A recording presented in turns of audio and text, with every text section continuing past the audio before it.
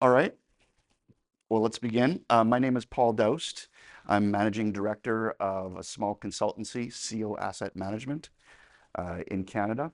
And today I'm going to present a broad view of what asset management could and should be. And for anyone who attended Marc LaPlante's workshop on Monday, it's very much aligned to that, but the way I'm going to deliver it is not necessarily from the ISO 55000 point of view, although it certainly is aligned to it. Um, and I'm going to ask you, unlike Mark, who said to kind of suspend what you think you know about asset management, coming from an EAM perspective. I want you to hold that, but allow for an expanded, wider, and taller view, right? So that's what I'm going to talk about today. And what I'm going to present should be considered a complement to what we do in the EAM ecosystem and community. So um, uh, kind of treat it as a 1-2 punch. All right. So my company, our motto is see, think, decide, and act. And the word SCIO comes, it's Latin. It means to know, to understand. And what we are is an applied knowledge and decision technology and asset management solution provider. So what we do, how we do that is we provide operational leadership, a management framework, and sense-making solution to help them manage, lead, and govern their organizations to achieve superior results. And so we really focus on giving tools to leaders because we believe that leaders are vastly underserved when it comes to asset management. Um, a lot of operational leaders, and I'll use operations in a broad sense, right? In a company or an organization, it's not finance, it's not HR, but it's everything we do in operations, which includes asset management. But our leaders are vastly underserved. I mean, generally they receive excellent financial business leadership development. They receive good, at least, people leadership, um, professional development.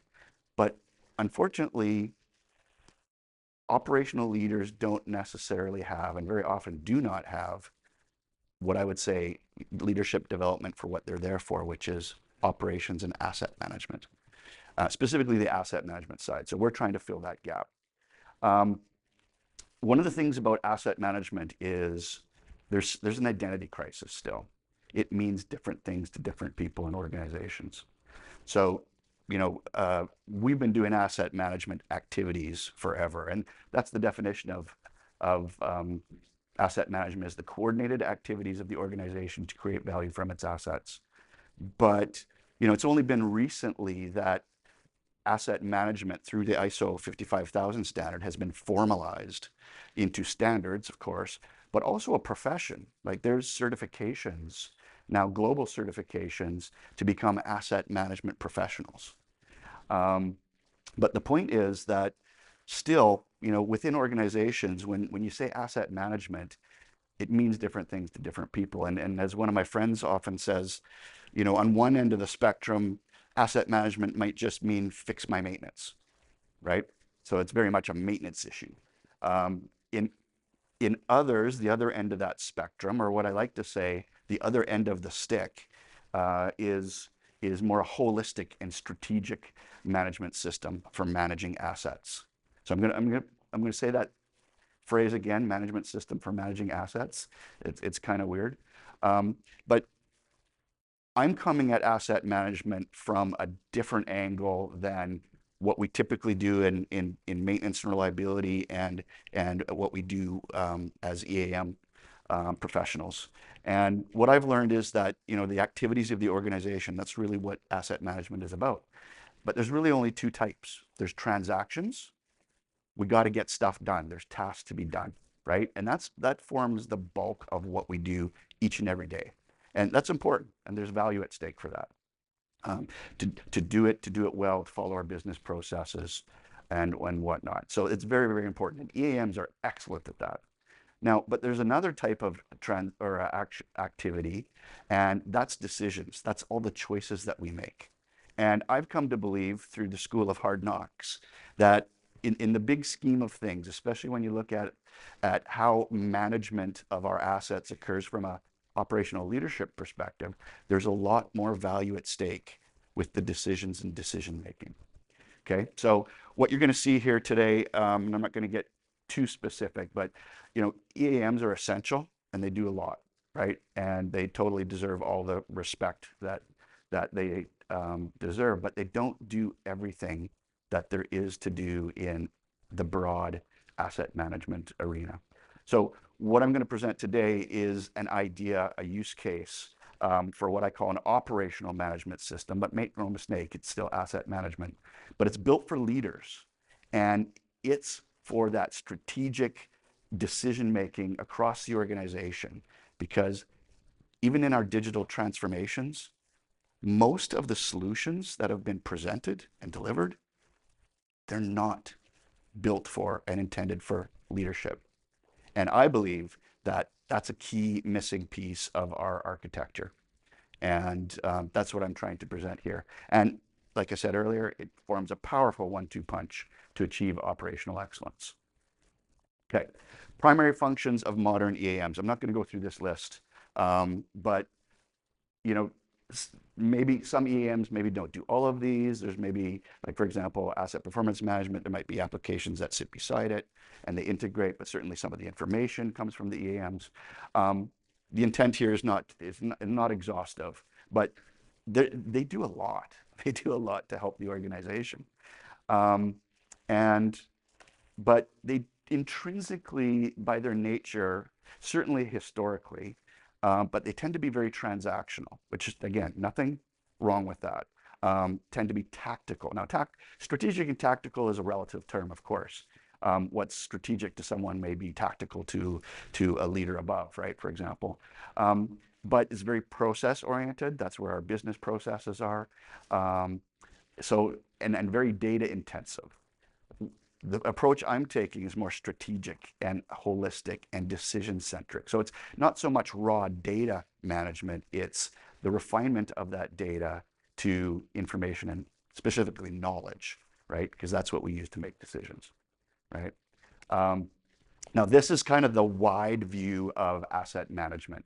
Now, this is aligned to ISO 55000, but this specific table comes from another document from the Global Forum for Maintenance and Asset Management, and it's called the Asset Management Landscape document, and it's just been republished in the past year, and I was actually part of a team that helped author this new revision. So what we have here, and this is what makes up an asset management system, and I said earlier, a system of management for managing assets. Oh, that's a mouthful. And what I've noticed, and Mark and I talked after his workshop on Monday, and I went through this, but there's this, what is an asset management system? And there's this hurdle you need to get over. And one of the things that helped me is that phrase, a management system for managing assets. And I want to focus on the management system because very generically, a management system does three things. Say what you do what you say, and prove it. Now, if you apply that concept to a large organization with a lot of assets from kind of a top-down holistic view, these are the things that you need to have in place, right? So section 1 is context and stakeholders. That's the organizational context. So what are the strategic objectives at the C-suite level? So not just operations, but the whole organization, right? And then we have to take those and put those in an asset management context or an operational context, right? Who are stakeholders? Every asset owning organization owes its stakeholders high performance, low cost at acceptable risk, right? No matter what sector you're in, industrial, infrastructure, publicly traded, privately owned, it doesn't matter. We all owe that. And then costing and valuation, which is a bit of a tie to the financial part. Item 2, governance. This is a lot of what Mark talked about on Monday. These are some of the artifacts that we develop that make up, here's what we say we do. So we got the asset management policy. There's describing what the asset management system is. There's and the SAMP. There's the strategic asset audit and assurance. There's technical standards, legislation, management change, and risk. Now, if you move over to section 3, that's really my sweet spot. That's my wheelhouse, asset management planning, which is kind of it's more strategic variety, right? It's not necessarily for a pump. This is for the whole organization, right? So what are our asset management strategy and objectives, demand analysis, sustainable development, asset planning, decision making, life cycle value realization, resource strategy management, shutdown and outage strategy and planning, and then contingency planning and resilience. So those are all things you need to have in place. And then we get to the people side of things, leadership and people.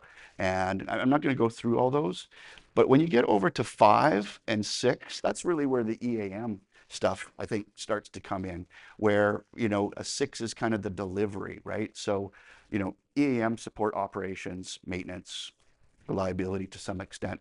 But those are three of, you'll see there's 40 subjects here. Those make up 3 of 40 subjects. So asset management is a lot more broad than that, right? Those are important, no question, but there's a lot more to it. Now, of course, EAM, you do get into the data and information. So the strategy standards, the actual information management, the systems and data management and configuration management.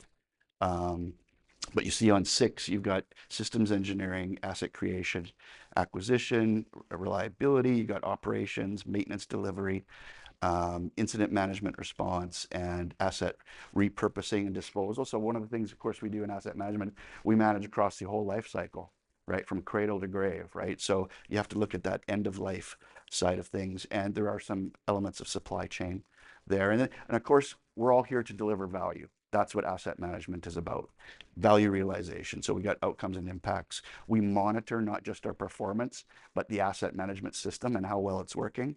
And of course, continuous improvement, and I would add innovation to that. So it's a very broad view that is taller and wider than what we do and what we manage in EAMs, although it's there. Okay, so I'm not going to spend much time on this, but I asked Claude, which is an LLM, to tell me how Hexagon EAM shapes up against asset management. And this is what it said.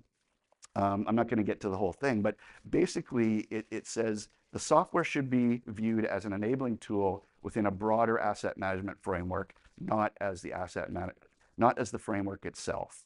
So that's the word I like to use instead of system, is framework. Organizations need to develop their asset management system holistically, using Hexagon EAM to support and enable their chosen approach, right? Okay, so I'm going to run through this very quickly. I discovered this curve 2 ways, and I call this the beauty. But what problem are we trying to solve here? And I think the problem that we're trying to solve is what I call value leakage. And what you see here is a curve of benchmark data points for each decile. And so moving from left to right, you've got lower to higher performers. So you got some form of performance here. This one's net profit, but you've got lower performers in Q4. You've got high performers in Q1. A lot of our organizations are stuck in the middle.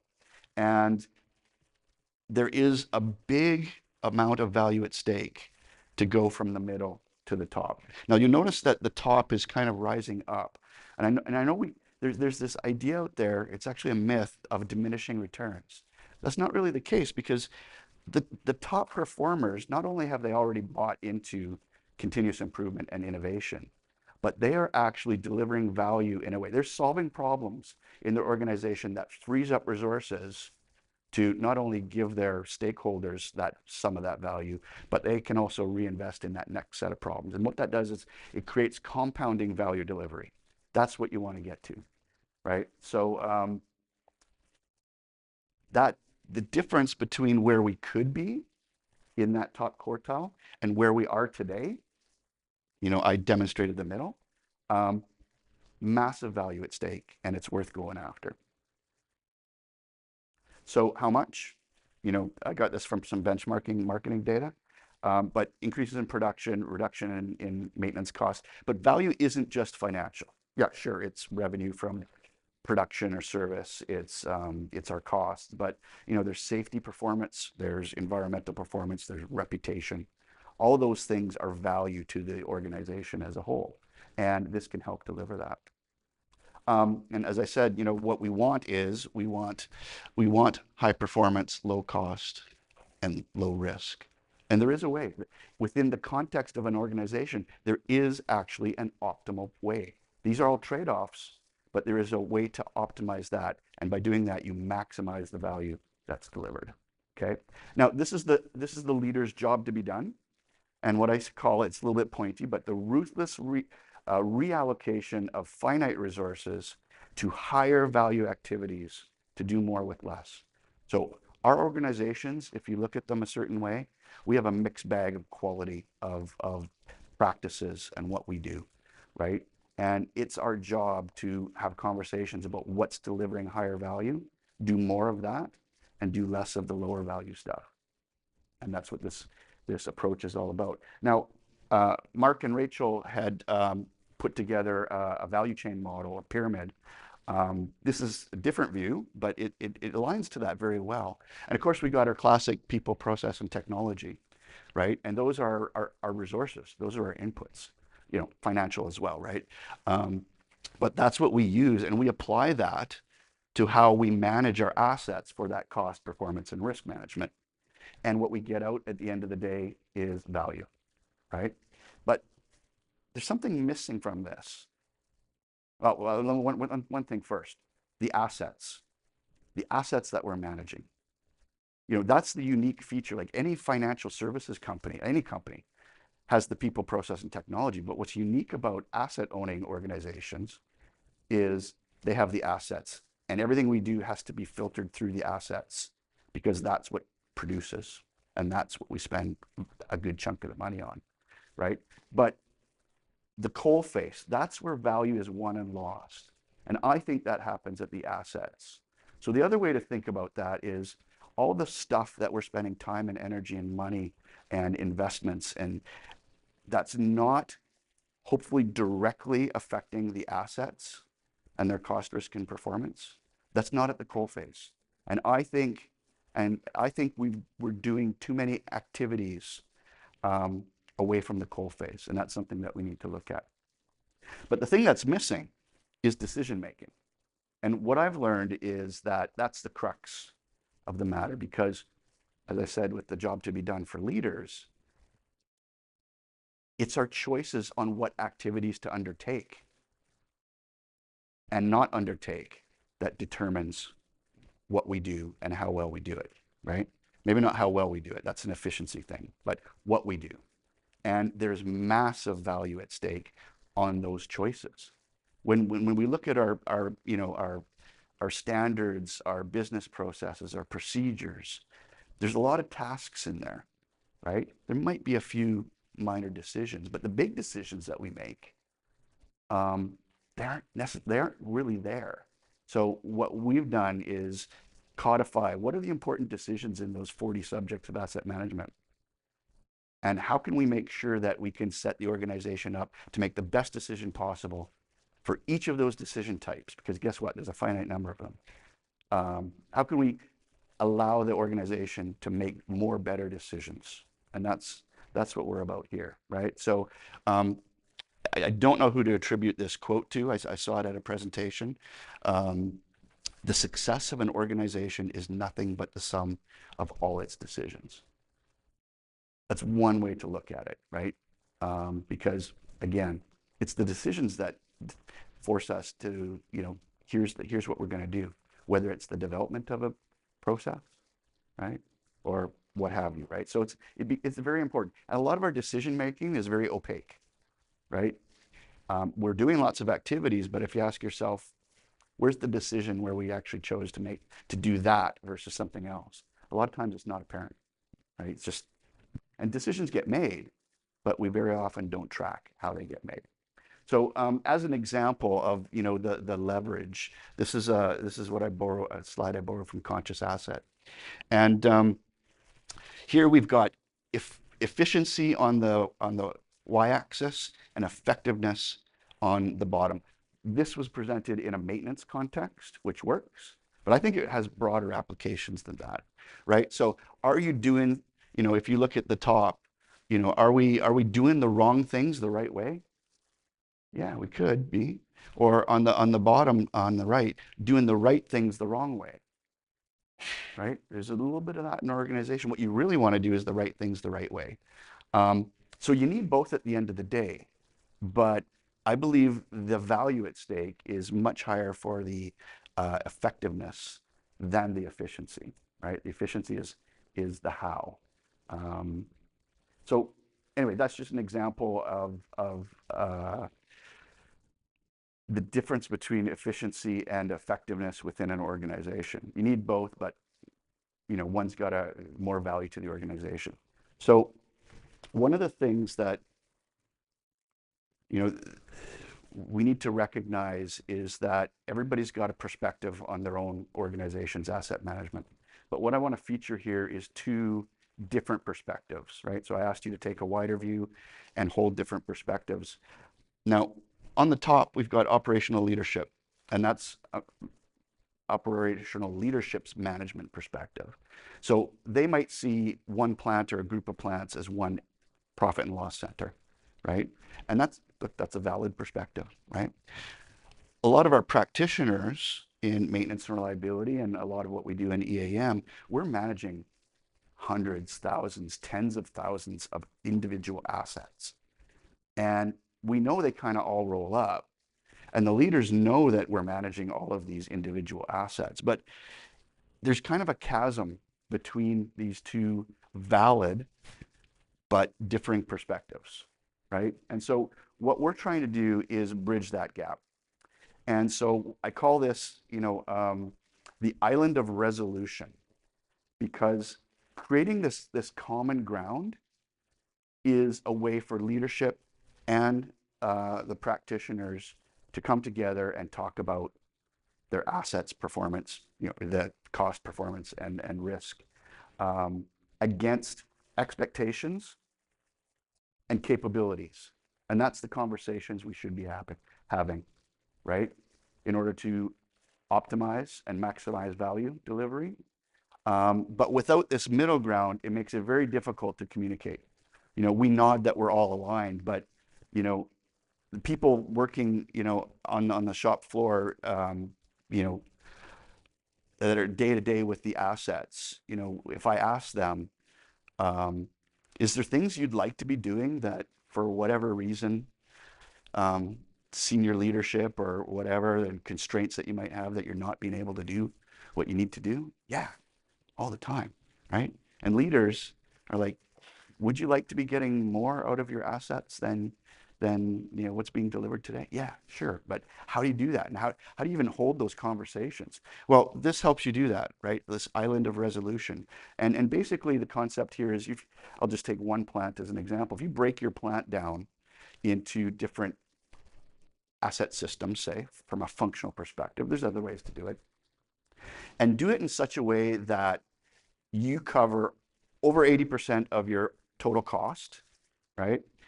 Over 80% of your production losses, right? If you're tracking that, hopefully you are, and over 80% of where your asset-related risks are.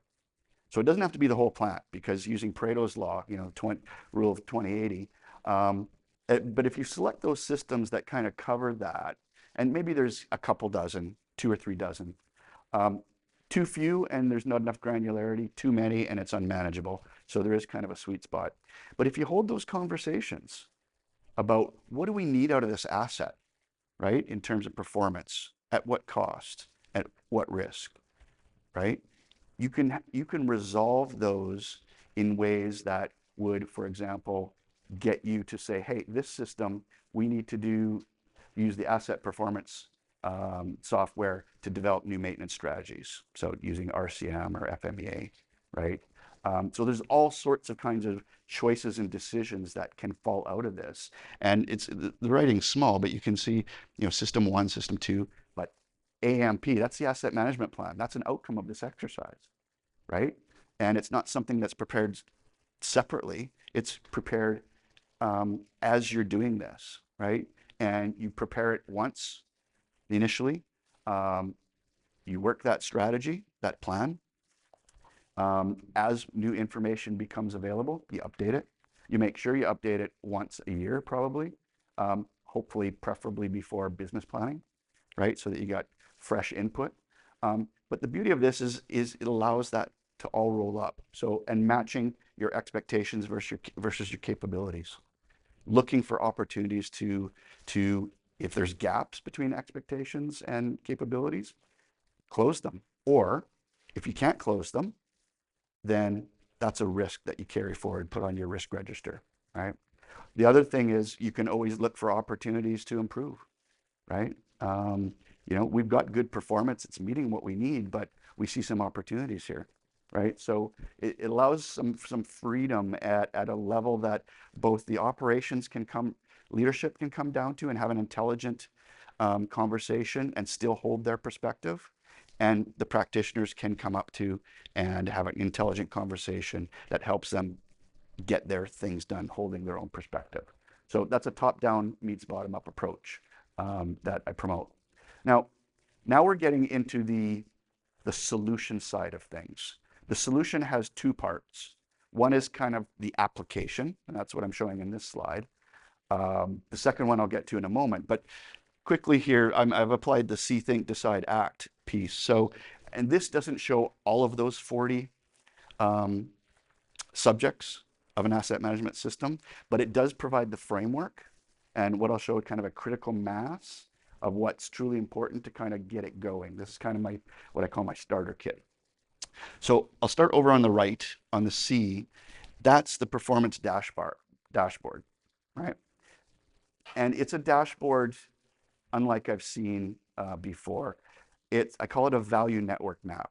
And it is a series of leading and lagging cascading metrics that are all connected that shows you the cause and effect of what we do and how that ends up being results delivered or results leaked away, right? So, and we have measures that measure our practices and what we're getting out of that in terms of operational performance, but then also all the way to our final business outcomes that our senior leadership is committed on behalf of the organization stakeholders. So it kind of shows the whole organization all together, all at once, which is a perspective that most organizations do not have, right? And I'm not making up any metrics and KPIs.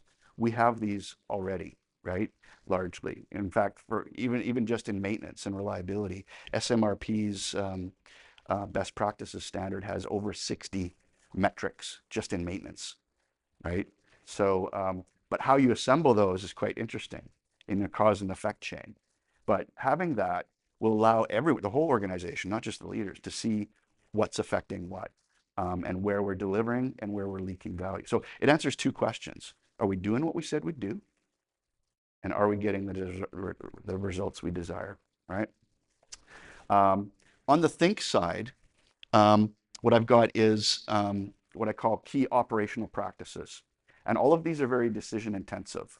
And a lot of them are kind of they kind of surround EAM.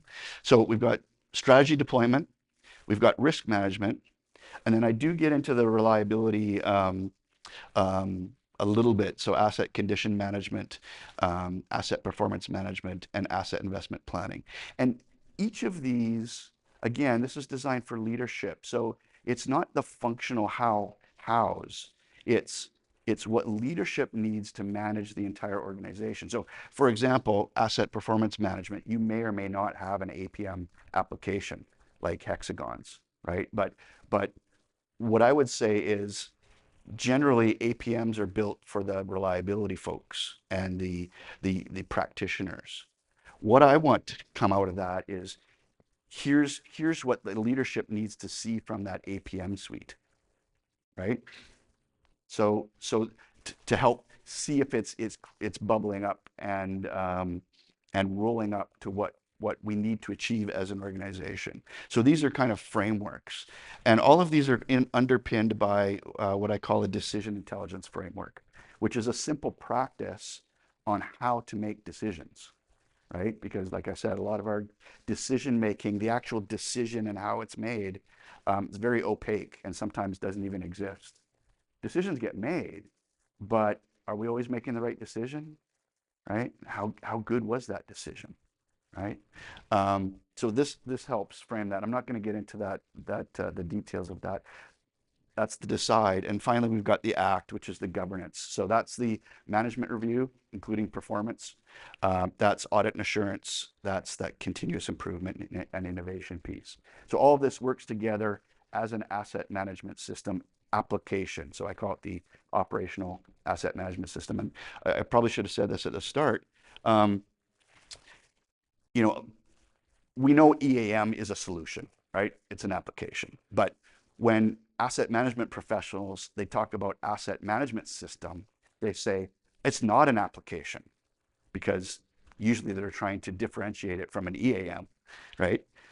Which is fine.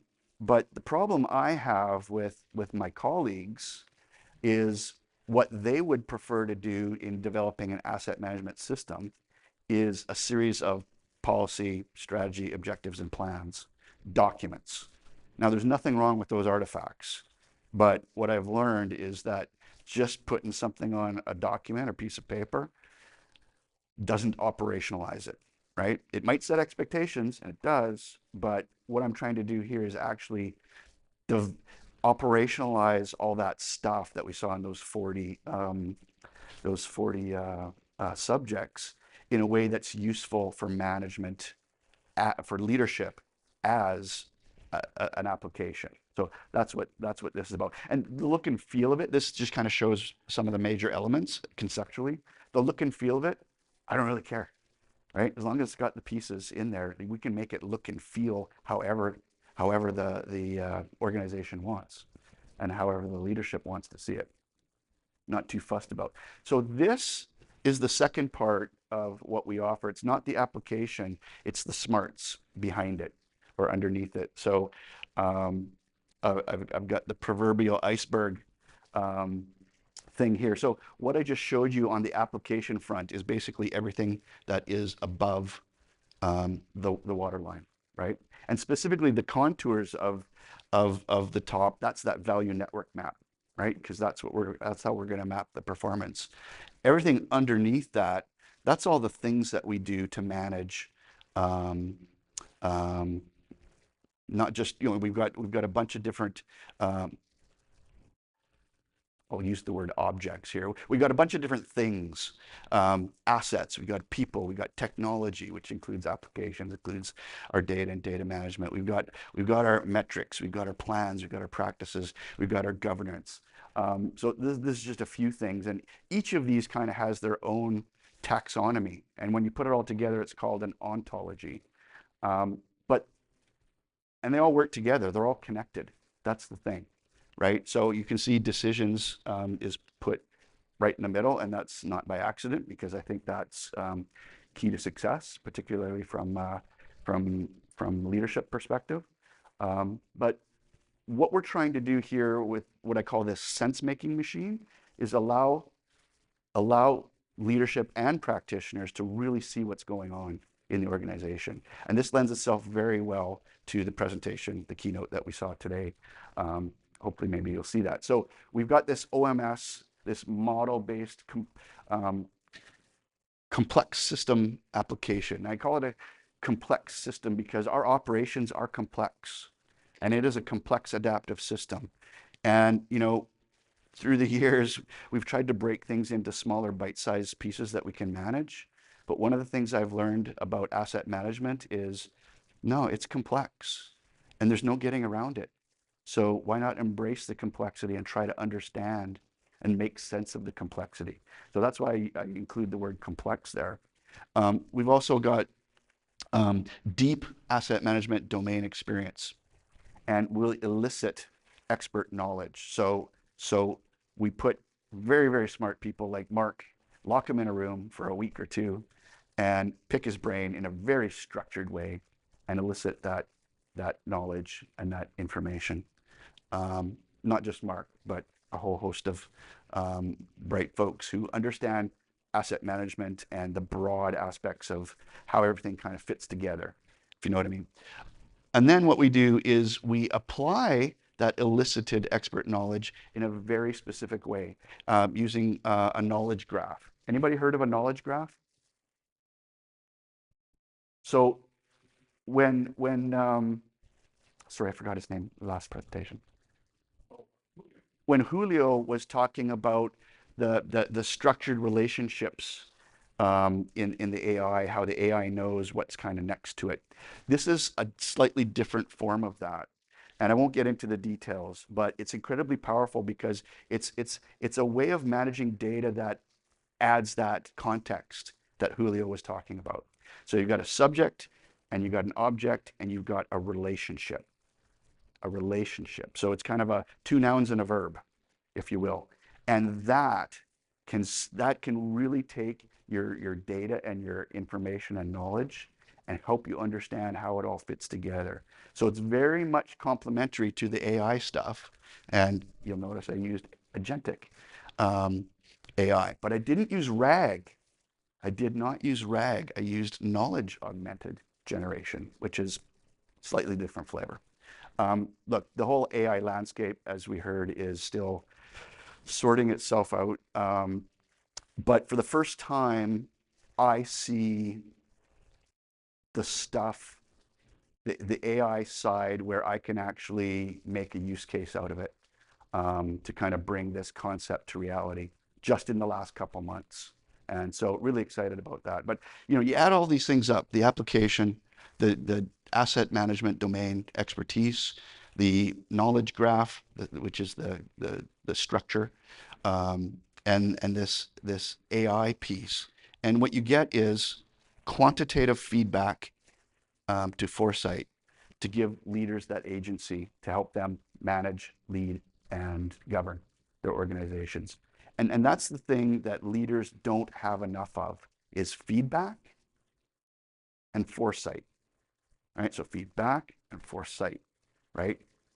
That's what this provides to them. And they can see everything that's going on in the organization and they can act accordingly, right?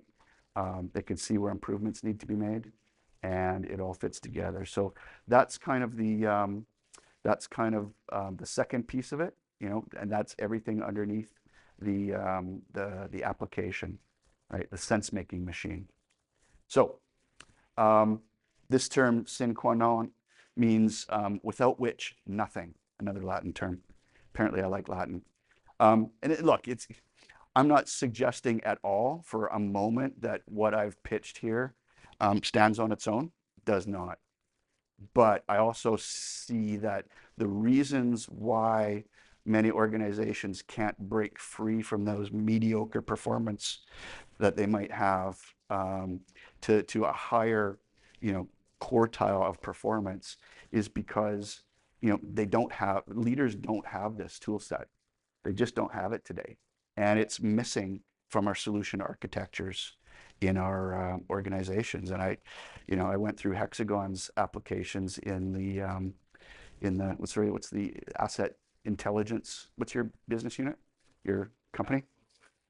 Asset lifecycle intelligence. I went through all the solutions in there.